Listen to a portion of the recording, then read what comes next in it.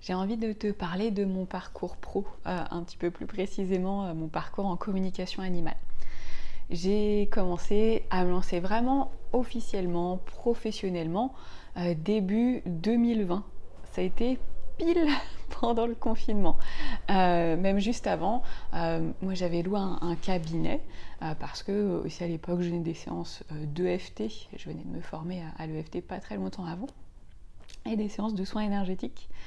Et donc j'avais voilà, loué un cabinet et pile en mars 2020. Donc c'est vraiment tombé au bon moment. Et à côté, je me suis dit que j'allais aussi donner des séances de communication animale, puisque je commençais à en donner, voilà, pas très officiellement, mais ça faisait déjà un certain temps, puisque j'ai commencé, je me suis formée en 2018. Donc j'en donnais voilà, pour des proches, les amis d'amis, etc. Et donc j'ai lancé les deux, voilà, ces deux pôles d'activité, je dirais, en même temps. Et y en a un, celui pour mon cabinet, qui s'est fermé voilà, quasiment immédiatement. J'ai même pas eu l'opportunité d'y aller une fois pour donner des séances. Ça a été que quelques mois plus tard. Par contre, voilà, pendant le confinement, en fait, j'ai commencé à faire des lives sur les réseaux sociaux. Tu te souviens peut-être de cette époque où il y avait beaucoup de lives sur Instagram parce qu'on était enfermés chez nous. Et, euh, et donc, oui, j'ai commencé à faire des lives sur la communication animale, notamment. Et je me suis aperçue que ça intéressait pas mal de gens voilà, qui aimaient bien en parler, qui aimaient bien poser des questions sur le sujet. Et donc voilà, j'ai commencé à en parler de plus en plus, à avoir de plus en plus de retours aussi et de demandes de séances pour ça. Et donc voilà, le confinement en soi, pour moi, m'a aidé aussi à me diriger en ce sens vers la communication animale, même si après j'ai fini par ouvrir mon cabinet un certain temps. Aujourd'hui, j'ai plus de cabinet physique pour diverses raisons, et notamment que ça coûte extrêmement cher à Paris et qu'on peut faire beaucoup de choses à distance, mais je donne des ateliers quand même en présence à Paris. En tout cas, c'est là où j'en suis au moment où je te parle. Tu peux de toute façon consulter mon site internet melissarivet.com, où tu as toutes les infos sur ce que je propose selon quand tu regardes cette vidéo.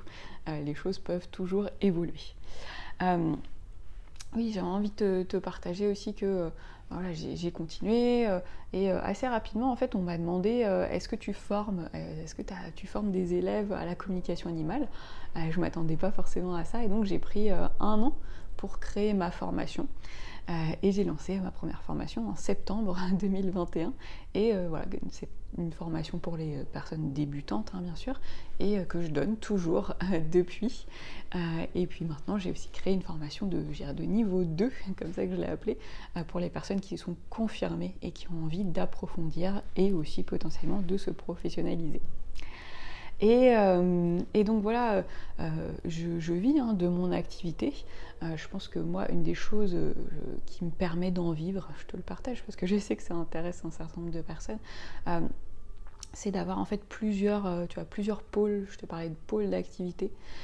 C'est d'avoir des séances individuelles pour les animaux, d'avoir une formation, et puis d'avoir des séances aussi pour les humains, que les humains, et des ateliers. Et puis des fois, ça m'arrive aussi de travailler pour d'autres personnes. Je travaille pour une personne qui a une boutique de cristaux, donc en lithothérapie. Je travaille avec elle voilà, depuis plusieurs années, de temps en temps quand elle a besoin. Et puis voilà, en ce moment, je travaille aussi pour une personne qui donne des constellations privées dans son équipe. Donc tu vois, j'ai un certain nombre d'activités différentes comme ça parce que moi, ça me correspond. Alors, je ne dis pas, voilà, il faut faire comme ça et c'est la manière d'y arriver, pas nécessairement. Mais moi, ça me correspond bien à mon tempérament aussi. Généralement, j'ai plusieurs livres, tu vois, en même temps. Quand je travaille, je fais un peu plusieurs trucs en même temps et moi, ça me correspond bien parce que ça m'enrichit.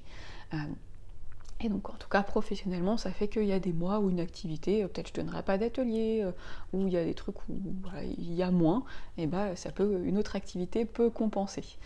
Que quand on met tous ses œufs dans un seul panier, ça peut être un petit peu plus compliqué, je crois, en tant qu'entrepreneur. Après, c'est mon expérience et je ne suis pas coach en auto-entreprise. Il y a des gens qui font ça très bien. En tout cas, une autre chose qui, moi, je crois, m'a aidée aussi dans la communication animale, c'est de trouver, je dirais, ma particularité et mon unicité. Et c'est pas forcément évident quand on débute. On a envie de plaire à tout le monde, on a envie que voilà, tout le monde vienne nous voir, parce qu'aussi on a peur de ne pas gagner assez d'argent, d'avoir assez de séances, c'est normal. Mais au fur et à mesure du temps, c'est important et c'est utile, je crois, de s'assumer de plus en plus. Et donc, voilà, moi, trouver aussi mon unicité, et en ça, je parle de style aussi et d'approche. Je crois, moi, ce qui m'a aidée, c'est d'être aussi thérapeute, en fait, à côté, et thérapeute pour humains. Et donc, je me suis formée en beaucoup de disciplines pour les humains, et ça m'aide, en fait, dans mes communications animales, parce que derrière les animaux, il y a des humains, n'est-ce pas? Donc en fait, quand on fait une com animale, on s'adresse aussi beaucoup aux humains derrière. Ça m'a aidé de lire aussi beaucoup de livres sur l'éthologie des animaux, parce que c'est vraiment important. Même si voilà, aujourd'hui, je ne suis pas formée en comportementalisme, mais j'ai quand même suivi déjà je dirais un week-end sur le sujet, c'est très peu, hein. Mais j'ai aussi lu en fait beaucoup, je regarde tout le temps des vidéos sur le sujet et je m'intéresse beaucoup. Donc il y a aussi tout ce côté-là, je dirais le côté plus voilà, peut-être un peu plus moins perché, moins intuitif, mais aussi être ancré, être dans la matière. J'ai une autre carrière avant de faire ça. J'étais journaliste pendant 10 ans, et je pense que ça aussi, ça m'aide à me relier aux gens. Je ne dis pas que c'est indispensable du tout, mais voilà, dans ce métier-là, j'avais un métier voilà, très terre à terre, très dans l'organisation aussi. Ouais, je fais différentes choses en tant que journaliste, et il y a besoin d'être bien organisé, il y a besoin d'être sérieux, il y a besoin d'être en lien avec les gens. Donc tout ça, j'ai aussi voilà, j'ai 10 ans en fait d'expérience ailleurs en tant que salarié aussi. Donc voilà, c'est une richesse en fait d'avoir sa propre expérience, son propre profil, je crois, en tant aussi que communicatrice, et de le partager, et de se servir de tout ce qui a pu se passer avant et tout ce qu'on peut faire à côté pour trouver et proposer ce qui nous plaît à nous et ce qui nous correspond à nous de la manière dont on a envie de le faire. Donc voilà, moi je propose en tout cas des séances individuelles. Après c'est beaucoup les chats, les chiens, parce que c'est ce qu'on me demande, c'est aussi ce que je connais le mieux comme animaux, donc ça tombe bien. Mais ça peut m'arriver aussi d'avoir des demandes pour les chevaux, pour les lapins. Ça m'est arrivé une fois pour une tortue, c'était très chouette. Donc principalement pour les animaux vivants, pour les personnes qui ont des problèmes avec leurs animaux, c'est pour moi en tout cas de plus en plus ce type de séance, mais aussi pour les animaux défunts, pour les personnes qui ont envie de se connecter avec leur animal défunt, et aussi en fin de vie, si besoin, bien entendu.